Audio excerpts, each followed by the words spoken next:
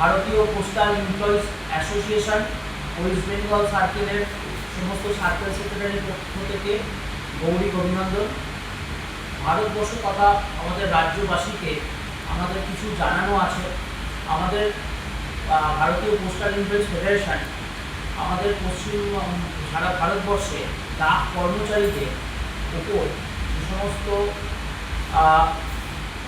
অত্যাচার আক্রমণ নেমেছে তার প্রতিবাদে আমরা কিছু কর্মসূচি নিয়েছি। নমস্কার, আমি ভারতীয় পোস্টাল অ্যাডমিনিস্ট্রেটিভ সুপারভাইজার অ্যাসোসিয়েশনের সার্কেল সেক্রেটারি। তো আগামী দিনে যে ডিপার্টমেন্ট যেদিকে যাচ্ছে সেদিকে সেই জন্য আমরা কিছু কিছু ক্ষেত্রে এটা একটা অবস্ট্যাকল ফিল করছি। যারা কর্মচারীরা আমরা যারা অপারেটর লেভেল, অপারেটর বলতে কি গ্রামীণ ডাক সেবক থেকে শুরু করে ডিডিএস কর্মচারী থেকে শুরু করে আমি চাকরি করি ডিডিও, কিন্তু সেই লেভেল অবধি অমানবিক একটা চাপ in the form of business, যেটার বাস্তবায়ন কিছু নেই, সেই সেরকম ধরনের একটা বিজনেস করেছে। এটা ইউনিয়নের সার্কেল সেক্রেটারি সুব্রত মণ্ডল।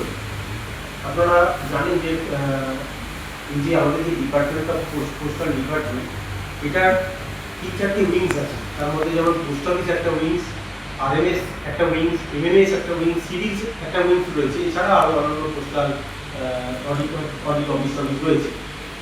এর মধ্যে আমাদের আপনারা দেখবেন যে সারা শহর জুড়ে লাল ডাকের গাড়ি ঘুরে বেড়াচ্ছে।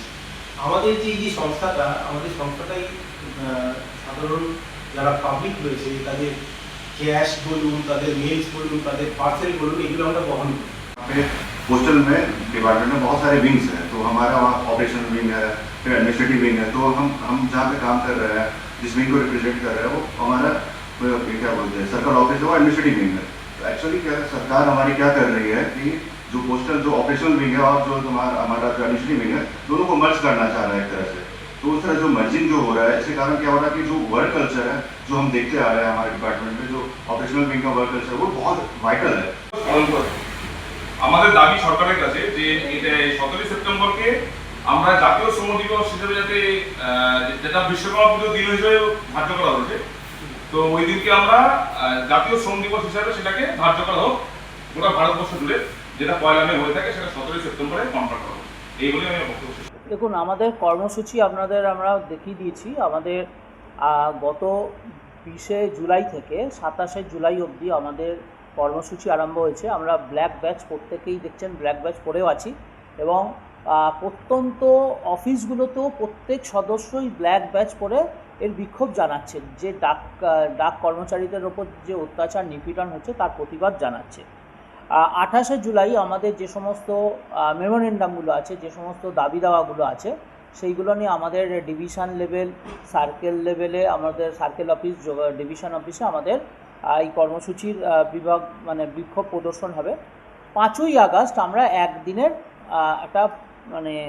একদিনের ধর্মঘট করছি, এবং সেই ধর্মঘটে যদি কাজ না হয় 18ই আগস্ট থেকে আমরা একদম অনির্দিষ্টকালীন ধর্মঘটে আমরা যাচ্ছি। ডাক কর্মচারীরা, ভারতীয় পোস্টাল এমপ্লয়িজ অ্যাসোসিয়েশনের সমস্ত ডাক কর্মচারী আজকে আমরা এইখানে যাচ্ছি। আর এবং আপনারা জেনে রাখুন যে পশ্চিমবঙ্গ তথা ভারতবর্ষের বুকে এখন 1 নম্বর সংগঠন হচ্ছে ভারতীয় পোস্টাল এমপ্লয়িজ অ্যাসোসিয়েশন।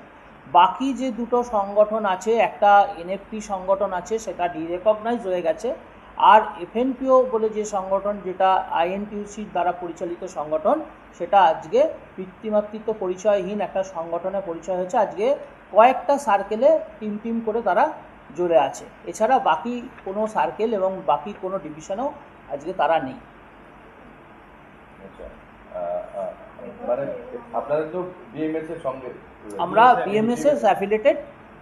তাহলে বিএমএস এর যারা মানে সরকারের অনেক কাছে বলে ধরা হয়, এবং তাদের সংগঠনের জোরও যথেষ্ট, সরকারের বিভিন্ন পলিসি তারা প্রতিবাদ করে, তা সত্ত্বেও সরকারের সঙ্গে একটা ঘনিষ্ঠ সম্পর্ক রেখে চলে বলে সবাই এটা জানে। তো সেই ক্ষেত্রে আপনারা সেখান থেকে কোনো সুযোগ পাচ্ছেন? দেখুন, আমাদের সংগঠনের একদম মাথার মধ্যে আছে রাষ্ট্রীয় স্বয়ংসেবক সংঘ। রাষ্ট্রীয় স্বয়ংসেবক সংঘের আপনারা জানেন পলিটিক্যাল উইংস হচ্ছে বিজেপি, ট্রেড ইউনিয়ন উইংস হচ্ছে আমাদের বিএমএস, ভারতীয় মজদুর সংঘ।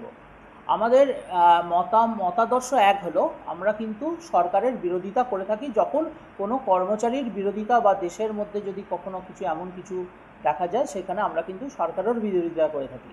আপনারা দেখেছেন আপনাদের পেনশন নিয়ে যখন আপলিটিক্যাল একটি সংগঠন ভারতীয় মজদুর সংঘ, টোটালি আপলিটিক্যাল। আপনারা দেখেছেন এর আগে আমাদের পেনশন নিয়ে যখন এনপিএস ওপিএস নিয়ে আপনার ভোটের আগে 2024 সালে আমরা কিন্তু সরকারের বিরুদ্ধেও যন্তর মন্তর তথা ভারতবর্ষের বিভিন্ন প্রান্তে এর বিক্ষোভ প্রদর্শন করেছিলাম এবং সরকারের বিরুদ্ধে আমরা গেছিলাম। একমাত্র ভারতীয় মজদুর সংঘই এটা করতে পারে, যেটা কিনা অন্য সংগঠন করতে পারে না। সেখান থেকে কোনো আমাদের ভারতীয় মজদুর সংঘের কেন্দ্রীয় নেতৃত্ব, রাজ্য নেতৃত্ব আমাদের সঙ্গে রয়েছে। আমরা তাদেরকে নিয়েই এই যে কর্মসূচি আমরা নিয়েছি এবং আগামী দিনে আমরা যদি এই সরকার আমাদের দাবি দাবা না মানে, আমরা বৃহত্তর আন্দোলনের দিকে যাচ্ছি। বিএমএস আমাদের সঙ্গে রয়েছে, বিএমএস আমাদের পাশে আছে, আমরা তা নিয়ে আমরা বৃহত্তর আন্দোলনের দিকে যাচ্ছি। আমাদের ডাইরেক্টর লেভেলে এবং চিফ লেবার কমিশনের সঙ্গেও আলোচনা চলছে। এই সংগঠন থেকে যে দাবি দাওয়াগুলো রয়েছে, যেগুলো মানে সরকার যাতে মানে সদর্থকভাবে এর দিকে আসে, সেই জন্য এটার আলোচনাও চলছে। মানে আপনারা এখন মূল দাবি যেটা আছে, এটা প্রাইভেটাইজেশন না, আমাদের মূল দাবি শুধু প্রাইভেটাইজেশন না, আপনার বিভিন্ন ক্যাডারে বিভিন্ন দাবি দেওয়া আছে। তার মধ্যে দেখুন, প্রথম দাবি দেওয়া যেটা আমি আপনাকে প্রথমেই বললাম, যে জিডিএস কর্মচারীদের টার্গেটের নামে মানে অত্যাচার করা হচ্ছে, নিপীড়ন করা হচ্ছে। জিডিএস হচ্ছে প্রান্তিক কর্মচারী, তাদের স্যালারি খুব কম, তাদেরকে টার্গেটের নামে যে সমস্ত অফিসাররা আছে তাদের মাইনে আটকে দিচ্ছে। আমাদের বক্তব্য এখানেও আছে, যদি জিডিএস কর্মচারীদের নামে আপনার ডাক সেবক যারা আছে তাদের যদি মাইনে আটকায়, সেই টার্গেটটা যদি তাদেরও থাকে, সেই এএসপি সুপারিনটেন্ডেন্টেরও কেন মাইনে আটকানো হবে না? হ্যাঁ, এটাও আমাদের দাবির মধ্যে পড়লো। এনডিসি যেটা আইডিসি বলছে, ধরুন টোটাল এখন ডাক আপনার যে ডেলিভারি সিস্টেমটাকে টোটাল আলাদা করে দেওয়া হচ্ছে। আগে যেমন কী হতো, পোস্ট অফিস থেকেই ডেলিভারি করা হতো। আপনার লোকাল এরিয়ার যে ডেলিভারি, আপনি নিজের ওখান থেকে আপনার পোস্টম্যান গিয়ে ডেলিভারি করতো। এখন করা হচ্ছে কি 10 কিলোমিটার দূরে। আপনার যদি কোনো একজন বয়স্ক লোক আপনার ডেলিভারির জন্য চিঠি সেদিনকে না পায়, তাকে 10 কিলোমিটার দূরের পোস্ট অফিস থেকে গিয়ে তাকে চিঠি নিয়ে আসতে হবে। এই যে পরিষেবার নামে নিপীড়ন, অত্যাচার, হ্যারাসমেন্ট, সেটাও ডাক বিভাগের যে ঊর্ধ্বতন কর্তৃপক্ষ তাদেরকে বন্ধ করতে হবে।